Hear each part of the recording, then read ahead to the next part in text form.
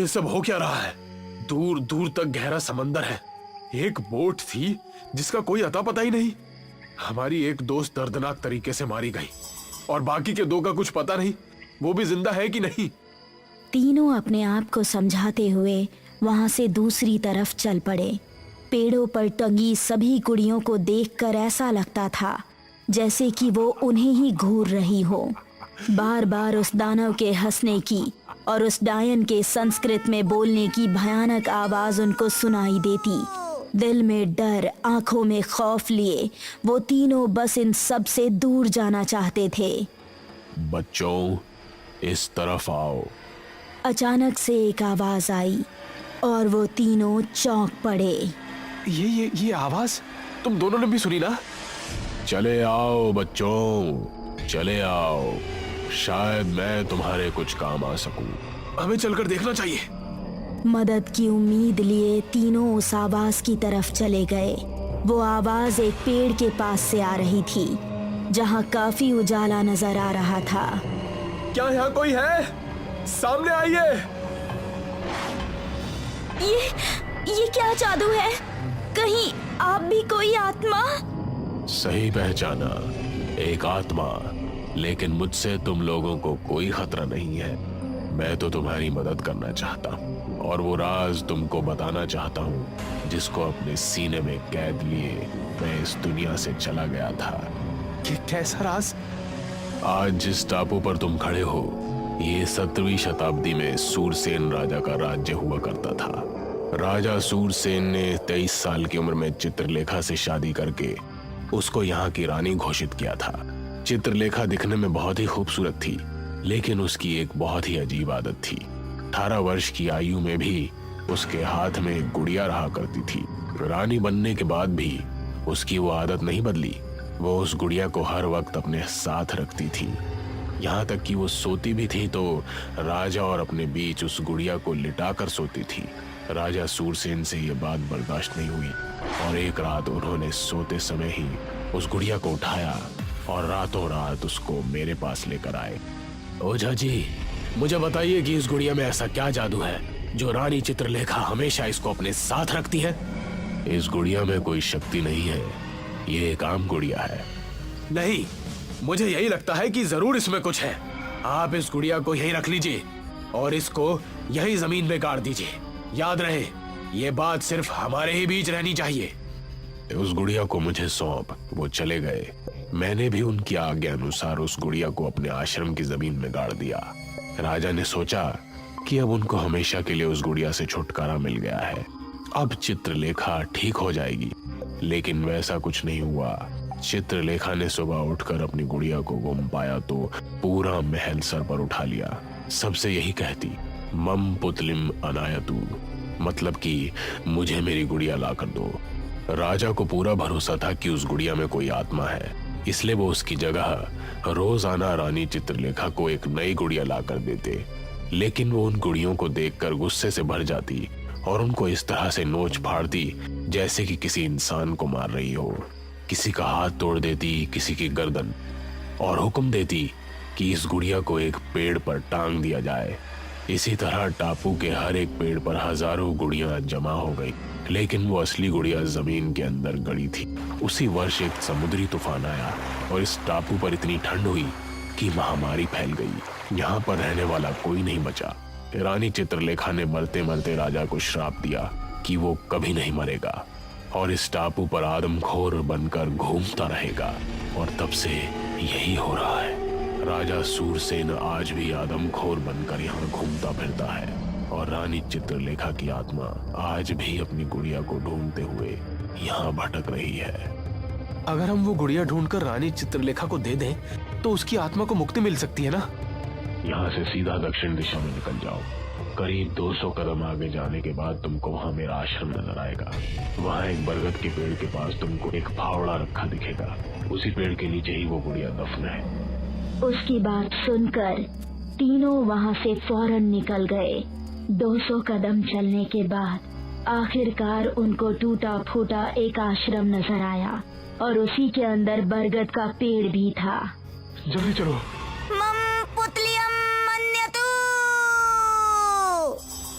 तीनों ने पलट कर देखा तो अंधेरे से निकलता हुआ एक भयानक चेहरा उनकी तरफ आया। वो तीनों उस बरगद के पेड़ की तरफ भागे, लेकिन चित्रलेखा ने नितेश को पकड़ लिया और उस पर अपने नाखूनों से हमला करने लगी। दोनों बहुत डर गए। इससे बचना है तो उस गुड़िया को निकालना ही होगा, वरना हम भी मारे जाएंगे। दोनों पेड़ के पास आ गए। जैसा कि ओझा बाबा ने कहा था, एक फावड़ा वहीं पर पड़ा हुआ था। रिहान ने उसको उठाया और उसने खुदाई शुरू की। इस तरफ नितेश की हालत बहुत खराब होती जा रही थी और वो लहूलुहान हो चुका था। जल्दी करो! रिहान जल्दी जल्दी उस गड्ढे को खोदने लगा और आखिरकार उनको गुड़िया नजर आई। I got it! इस तरफ नितेश की हालत बहुत ही नाजुक हो चुकी थी। रुक जाइए रानी चित्रलेखा, आपकी गुड़िया मिल चुकी है। गुड़िया को देखते ही रानी चित्रलेखा की आत्मा शांत हो गई और उसने गुड़िया को अपने हाथ से लेकर गले से चिपका लिया।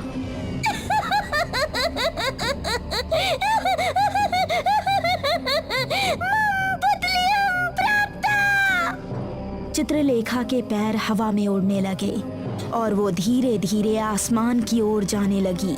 तीनों उसको जाता हुआ देख चैन की सांस लेते हैं। कुछ ही मिनटों में वो उनकी आंखों से ओझल हो गई। चलो अब यहाँ से निकलने का कुछ इंतजाम देखते हैं।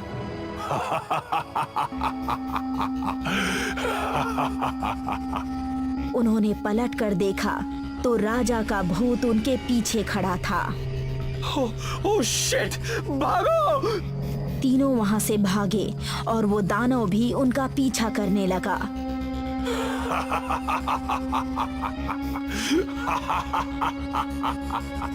कभी आगे आता तो कभी पीछे, कभी पेड़ों के ऊपर से झपटता, लेकिन उनको भागने का भरपूर मौका दे रहा था। तीनों अब किनारे पर पहुंच गए। आगे जाने का कोई रास्ता नहीं था। समुद्र का ठंडा बर्फ जैसा पानी और पीछे वो आदमखोर दानव और उसको घसीटता हुआ एक तरफ ले जाने लगा। उन दोनों ने उसका पीछा कुछ ही कदम किया, लेकिन एक ही झटके में उसने नितेश के 2 टुकड़े कर दिए। नहीं!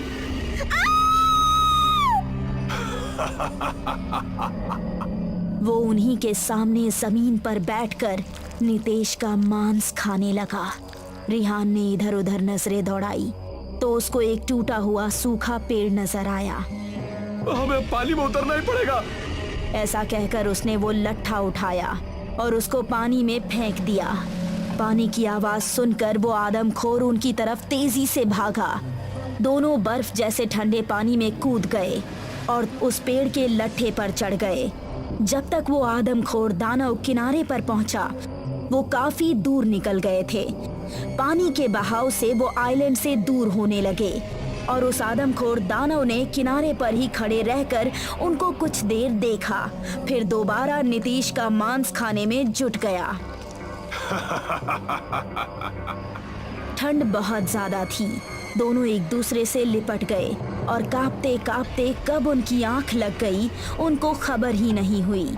जब उनकी आंख खुली तो सुबह हो चुकी थी। कई लोग उनके आसपास जमा थे।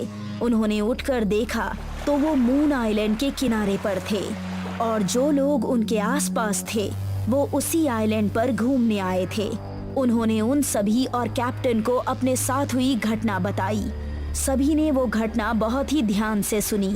फिर वो उसी जहाज में बैठकर अपने घर की तरफ रवाना हो गए। वो दानव और हजारों गुड़िए आज भी उस आइलैंड पर मौजूद हैं। क्या आप वहां जाना पसंद करेंगे? मेरी रानी मुझे वापस दो। समुद्र की लहरों पर एपेक्स नाम का शिप दौड़ रहा था। उसमें बैठे सभी लोग बहुत ही खुश थे। ये सभी लोग सी लवर्स थे। आज के भाग दौड़ और चहल पहल वाले जमाने में समुद्री सफर करके शांति से भरी जगहों पर जाना पसंद करने वाले लोग। इन्हीं में से कुछ थे सीमा, रवि, नितेश, मनीषा, रिहान और प्रियंका। यार कितना खूबसूरत नजारा है। मैं तो सोचती हूँ वो लोग पागल होते हैं। जो कभी भी समुद्री सफर नहीं करते।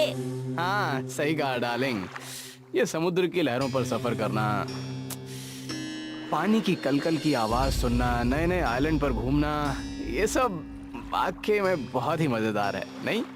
हम सभी आइलैंड पर उतरने वाले हैं। 3 घंटे से ज्यादा वहाँ कोई नहीं रुकेगा। सुनकर सभी खुश हो गए। फिर जहाज एक आइलैंड पर जाकर लगा और सभी पैसेंजर्स उसमें से उतर गए। तो हम मून आइलैंड ही आ गए। ओह, तो अब पता चला कि तुम लोगों का यहाँ आने का असली मकसद क्या था। सही समझी, डॉल्स आइलैंड, जहाँ हर पेड़ पे लटकी है अनगिनत डॉल्स, जिनके वहाँ होने का रहस्य कोई नहीं जानता।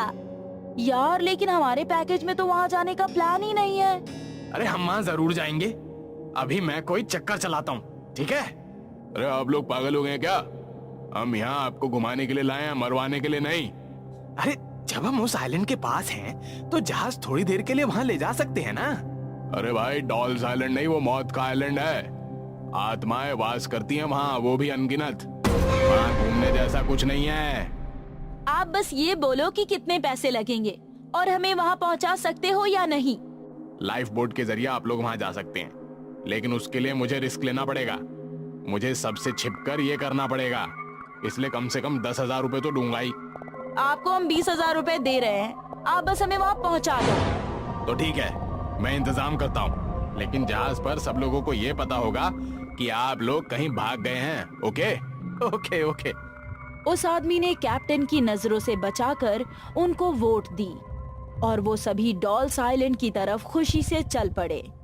हे गाइस, देखो यहीं से नजर आ रहा है कि इस आइलैंड के सारे पेड़ों पर कितनी डॉल्स लटकी हुई हैं। हाँ, और कई झोपड़ियाँ भी हैं। मजा आएगा यार। वो आइलैंड के किनारे पर पहुँचे। उन्होंने बोट की रस्सी एक पेड़ से बांधी।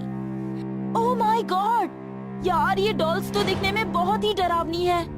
पेड़ों पर लटकी सभी गुड़िया बहुत ही डरावनी थी। किसी का पैर नहीं था, किसी का हाथ नहीं था, किसी की आंखें फूटी हुई थी, किसी के चेहरे पर टांकों के निशान थे। ऐसा लगता था कि वो सब गुड़िया नहीं बल्कि इंसानों की लाशें हो। ये तो बहुत ही अजीब बात है। कितनी डरावनी डॉल्स है यहाँ। ताज्जुब की बात है, समुद्र के बीचों बीच इतनी सारी गुड़ियाएं लाया कौन होगा? ऐसा कहते हुए जैसे ही रिहान ने एक गुड़िया को छुआ, अचानक से हवा चलने लगी।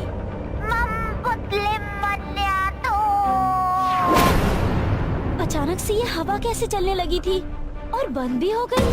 अरे और वो आवाज तो बहुत ही अजीब थी। तुम लोगों ने नहीं सुनी? यार प्लीज अभी से मत डरो। ये एक आइलैंड है और चारों तरफ जंगल है। ऐसी आवाज आना कोई बड़ी बात नहीं है।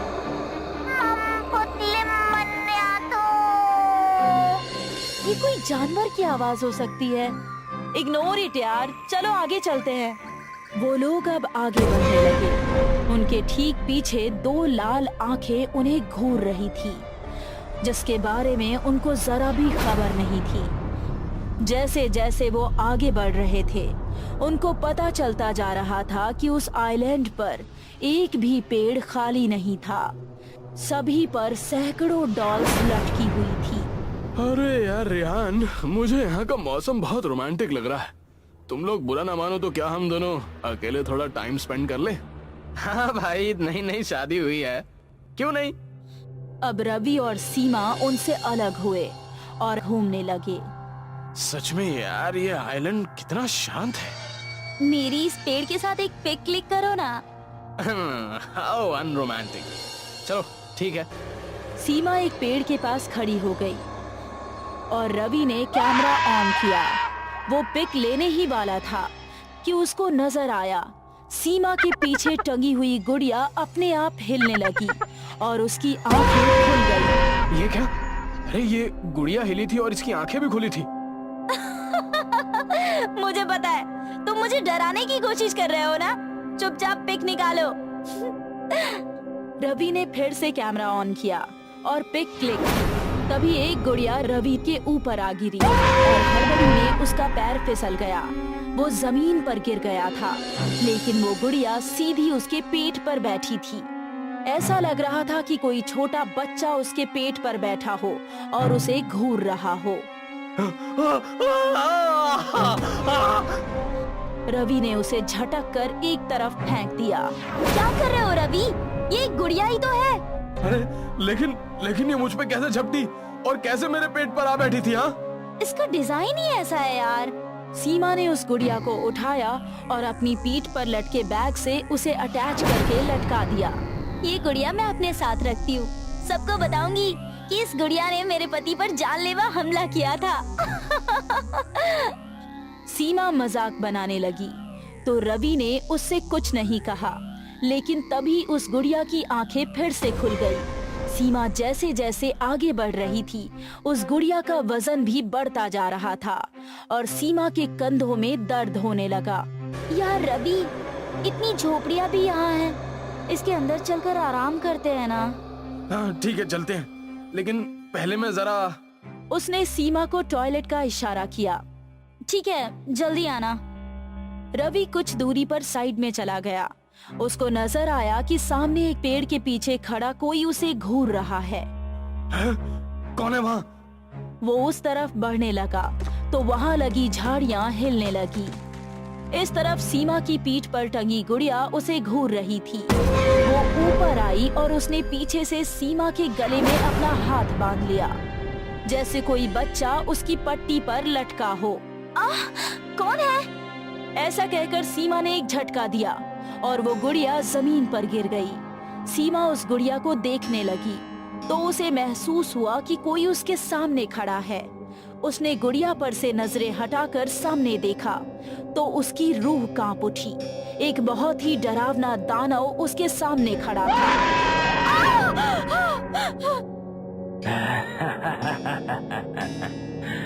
तुमने हमारे आइलैंड पर आकर बहुत अच्छा काम किया है। अब हमारी गुड़िया और हम भूखे नहीं रहेंगे।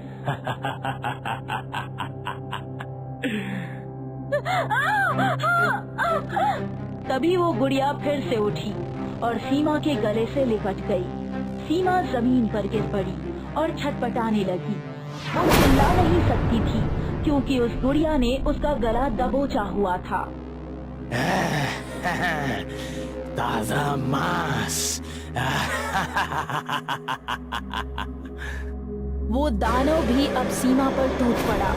उसने उसका हाथ धड़ से अलग कर लिया और उसको चबाने लगा। फिर उसके बाद उसके पूरे शरीर पर हमला बोल दिया। इस तरफ रवि पेड़ के करीब पहुंच चुका था। उसने देखा कि वहां एक लड़की उसकी तरफ पीठ करके खड़ी थी। रवि ने उसके कंधे पर हाथ रखा। कौन हो आप? सुनकर वो उसकी तरफ पलटी। उसकी खूबसूरती देखकर रवि सन्न सा रह गया। बोलिए। ये सुनते ही उसने अपना मुंह खोला और उसका मुंह इतना खुला कि आम इंसान के लिए इतना मुंह चीरना लगभग नामुमकिन है। ये देख रवि बहुत ज्यादा डर गया। तभी वो लड़की बहुत ही भयानक आवाज में चीखी।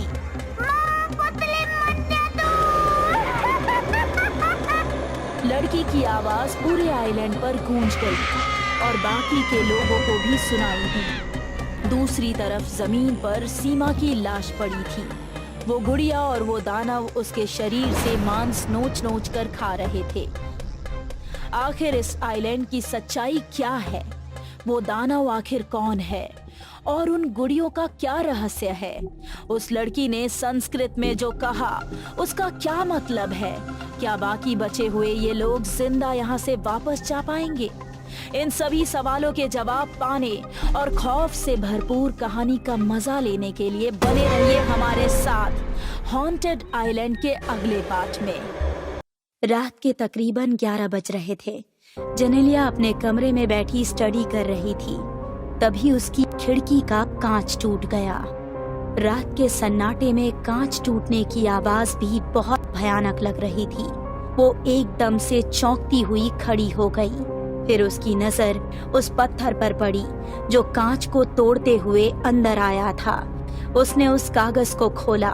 कल रात ठीक 11 बजे इस जगह पर आना है, उसके बाद ही ये खेल शुरू होगा।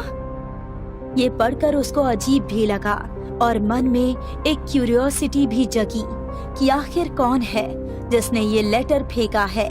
इसी सवाल का जवाब पाने के लिए वो अगली रात ठीक 11 बजे एक जगह पहुंची। ये जगह शहर के शोर शराबे से बहुत शांत थी। एक टेबल जमीन पर रखा था और उससे काफी दूर एक वीरान सा घर नजर आ रहा था। ये टेबल इस बीच रास्ते में। तभी एक एक करके वहां 3 लोग और पहुंच गए। क्या तुम लोगों ने मुझे यहाँ बुलाया था? नहीं तो, मुझे तो यहाँ आने के लिए एक लेटर के जरिए इनविटेशन मिला था। आपस में बात करते हुए पता चला कि उन चारों को लेटर के जरिए ही वहाँ बुलाया गया था। बात कुछ समझ नहीं आई। हम यहाँ बुलाए गए हैं, लेकिन जिसने हमें बुलाया है वो कहीं नजर नहीं आ रहा। मैं यहाँ हूँ दोस्तों। एक क्लाउन सामने खड़ा हो गया। हेलो दोस्तों, कैसे हो सब? ये क्लाउन दिखने में काफी डरावना लग रहा था। कौन हो तुम? मैं इस गेम का खास किरदार हूँ। आगे का गेम तुम्हारे साथ मैं ही खेलूंगा।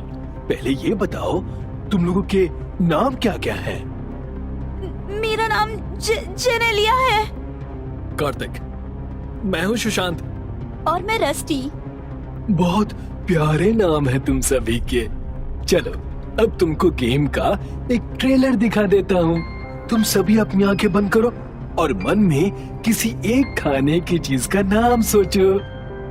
इन सभी को ये बात बहुत अजीब लगी, लेकिन फिर भी न जाने क्यों इन सभी ने अपनी आंखें बंद की और मन में एक एक खाने की चीज सोची।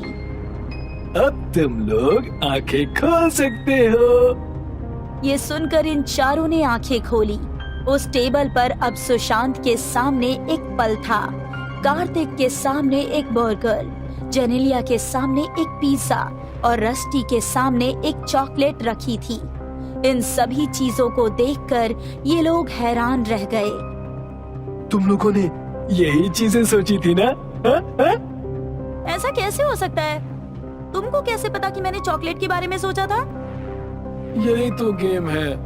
चलो, इस राउंड में तो मैं जीत गया। अब दूसरा राउंड। ऐसा कहकर उसने उन चारों के सामने एक एक चिट और एक पेन रखा और इसके साथ ही एक कार्टन बॉक्स भी रखा। तुम लोगों के सामने ये जो चिट्स रखी है ना, इन पर उस चीज का नाम लिखो जिससे तुम्हें सबसे ज्यादा डर लगता है। फिर इन चिट्स को कार्टून में डालकर मुझे बताना, ठीक है? ये कहकर उसने उनकी तरफ पीठ कर ली। इन चारों ने चिट्स पर कुछ लिखा और कार्टन बॉक्स में डालकर बोले, हमने चिट्स डाल दी है।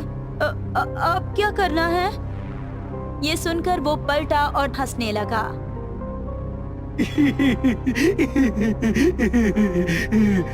अब होगा असली गेम शुरू। एक रात में सिर्फ एक ही इंसान के साथ मैं एक राउंड खेलूंगा। वो रात शुरू होगी कल रात से। ऐसा कहकर उसने बिजली से भी तेज रफ्तार के साथ उस कार्टन को लेकर उस घर के अंदर घुस गया। उस घर का दरवाजा भी 1 सेकंड के अंदर ही बंद हो गया और फिर चारों तरफ सन्नाटा छा गया। वो पलक झपकते ही उस घर के अंदर कैसे घुस गया? वो तो यहाँ से 40 कदम दूर लग रहा है। मुझे अब बहुत डर लग रहा है। मुझे नहीं खेलना कोई गेम वेम। इन चारों को उस क्लाउन के हंसने की भयानक आवाज सुनाई देने लगी।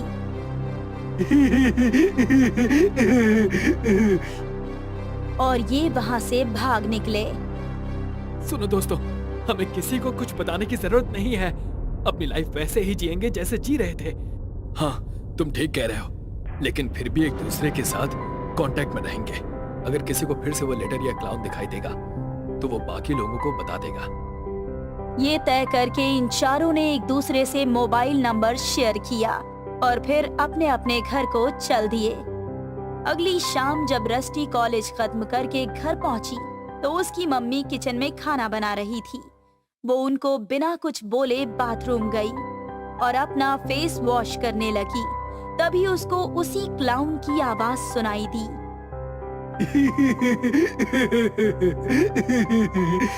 आज रात तुमको एक राउंड खेलना पड़ेगा, सिर्फ एक राउंड, सिर्फ एक राउंड। वो एकदम से चौंक पड़ी और उसको उसके पैरों पर कुछ चलता हुआ सा महसूस हुआ। उसने नीचे की तरफ देखा तो वहाँ 3 कॉकरोच थे। आउच! वो तेजी से पीछे हट गई। तभी उसे फिर से उसी क्लाउन के हंसने की आवाज सुनाई दी।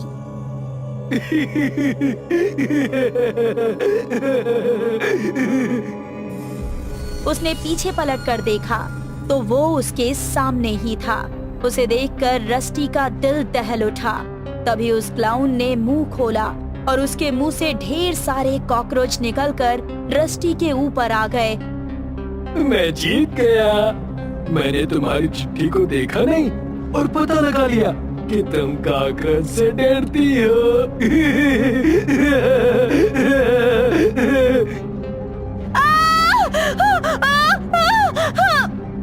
रस्टी बुरी तरह से चीखने और चिल्लाने लगी और उनको अपने ऊपर से हटाने की कोशिश करने लगी। उसने भागने के लिए दरवाजा खोलना चाहा, लेकिन तभी उस क्लाउन ने उसको पकड़ लिया। छोड़ो मुझे, छोड़ो! उस क्लाउन ने अपना मुंह इतना ज्यादा खोल लिया जितना कोई आम इंसान नहीं खोल सकता। उसने अपना मुंह रस्टी के कंधे पर ऐसा मारा कि वहाँ से खून की धार निकल पड़ी। अगली सुबह जेनेलिया को इस बात की खबर मिली तो उसने सुशांत और कार्तिक को कॉल लगाया। गाइस, कल रात रस्टी की मौत हो गई, उसी के घर के बाथरूम में। ओह माय गॉड, इसका मतलब हम तीनों की जान भी खतरे में है। तुम लोग ध्यान से सुनो, मैं मेरा ऑफिस खत्म करके सबसे पहले तुम लोगों से मिलता हूँ। इन तीनों ने 6 बजे मिलने का तय किया। शाम के टाइम सुशांत अपना ऑफिस खत्म करके घर के लिए निकला। वो अभी ऑफिस की लिफ्ट में ही था। अचानक से लिफ्ट की लाइट बंद हो गई। अरे ये लाइट को क्या हुआ?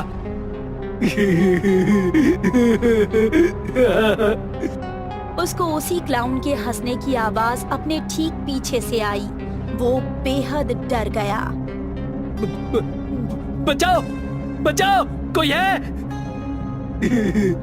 अभी डरने की जरूरत नहीं है। आज तुमको गेम का एक राउंड खेलना है। ठीक 11 बजे तैयार रहना। लिफ्ट के खुलते ही सुशांत दिल में डर लिए वहाँ से भागा। वो कुछ ही मिनटों में एक चौराहे पर पहुंचा जहाँ इन्होंने मिलने का तय किया था। वो क्लाउन। अरे, तुम तो बहुत डरे हुए लग रहे हो। वो क्लाउन मुझे लिफ्ट में मिला। उसने कहा कि आज रात 11 बजे वो मेरे साथ गेम का एक राउंड खेलेगा। ओह गॉड, मैं तो अपने आप को कोस रही हूँ कि मैं उस जगह गई ही क्यों थी। मैं अपने आप को कैसे बचाऊंगा उससे? देखो, अगर वो हमें आसानी से मार सकता तो सीधे भी मार सकता था, लेकिन उसने पहले हमें वहां बुलवाया, उसके बाद हमसे वो चिट्स लिखवाए। एक मिनट, मुझे थोड़ा थोड़ा समझ में आ रहा है। उसने हमसे उस चिट्स के ऊपर लिखवाया था कि हमें किन चीजों से डर लगता है। फिर उसने कहा था कि वो एक रात में एक इंसान के साथ ही गेम का राउंड खेलेगा और उसकी अगली रात रस्टी मारी गई। उसकी लाश के पास अनगिनत कॉकरोच मिले। कि रस्टी को कॉकरोच से डर लगता होगा। इसका मतलब जिस चीज से हमें डर लगता है वो उसी के जरिए हमें मारना चाहता है। हाँ, लेकिन इसका मतलब ये भी है कि अगर हम उस घर के अंदर जाकर उस बॉक्स से हमारी लिखी सभी चिट्स निकाल ले तो ये गेम आगे बढ़ेगा ही नहीं। क्या कहा? वहाँ जाकर? मुझे तो उसकी आवाज से भी डर लगने लगा है। मैं वहाँ जाने की हिम्मत नहीं कर सकता। लेकिन हमें अगर अपनी जान बचानी है तो हमें वहाँ जाना ही पड़ेगा। सुशांत बहुत ही डरा हुआ था, इसीलिए वो इन दोनों को छोड़कर वहाँ से निकल गया और ये दोनों अब उस घर की तरफ चल दिए। ये घर आज भी उतना ही डरावना और उतना ही वीरान नजर आ रहा था। उन दोनों ने जैसे ही दरवाजा खोला, उनको उसी जोकर के हंसने की आवाज सुनाई दी।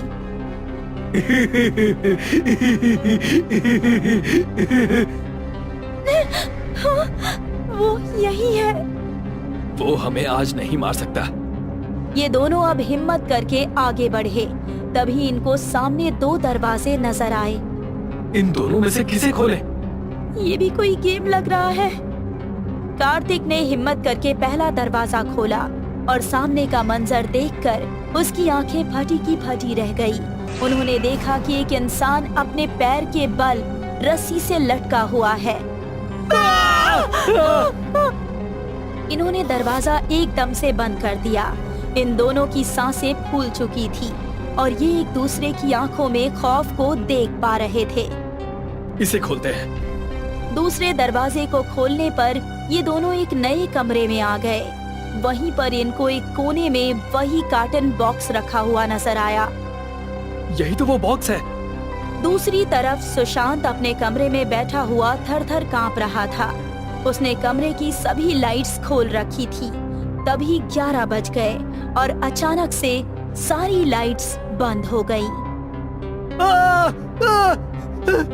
ये लाइट्स! उसने अंधेरे में दीवार टटोली, लेकिन उसको स्विच बोर्ड नहीं मिल पाया। तभी उसके कानों में क्लाउन का स्वर गूंजा। अरे वाह, ये राउंड तो तुम बहुत जल्दी हार गए। मैंने पता लगा लिया कि तुम अंधेरे से डरते हो, है ना? ये सुनकर सुशांत का दिल दहल उठा। तभी वो क्लाउन अचानक से उसके सामने आया और सुशांत के सीने पर चढ़ बैठा। कमरे की सभी लाइट्स अब जल चुकी थी और वो सुशांत की आंखों में आंखें डालकर उसको घूर रहा था।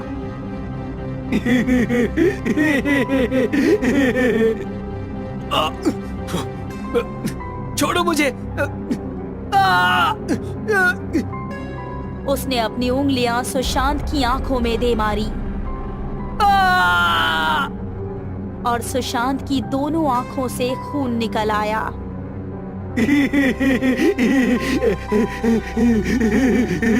अब तो तुम्हें हमेशा अंधेरा ही नजर आएगा। तुम गेम हार गए। अब मैं तुम्हें आराम से थोड़ी देर तड़पने देता हूँ, ठीक है? सुशांत अब जमीन पर रेंग रहा था। उसको बस क्लाउन की भयानक हंसी सुनाई दे रही थी। दूसरी तरफ कार्तिक और जेनेलिया ने उस बॉक्स को खोलकर देखा। उसके अंदर उनको चारों चिट्स रखे हुए नजर आए। यही वो कार्टन बॉक्स है। तभी कार्तिक ने अपनी जेब से लाइटर निकालकर उस बॉक्स के अंदर फेंक दिया। धीरे धीरे आग ने उस पूरे कार्टन को अपनी चपेट में ले लिया। शायद कोई मेरे घर के अंदर है। चीटिंग कर रहे हैं कमीने। वो वहाँ से बिजली की रफ्तार से निकल गए और अपने घर पहुँच गए। उस क्लाउन को अपने सामने देखकर कार्तिक और जेनेलिया दोनों बुरी तरह से डर गए। वो उनको खा जाने वाली नजरों से देख रहा था। तुम लोगों ने चीटिंग की है। चीटिंग! वो उस कार्टन बॉक्स की आग बुझाना चाहता था, लेकिन उसने ऐसा करने की कोशिश की तो उसके शरीर ने भी आग पकड़ ली।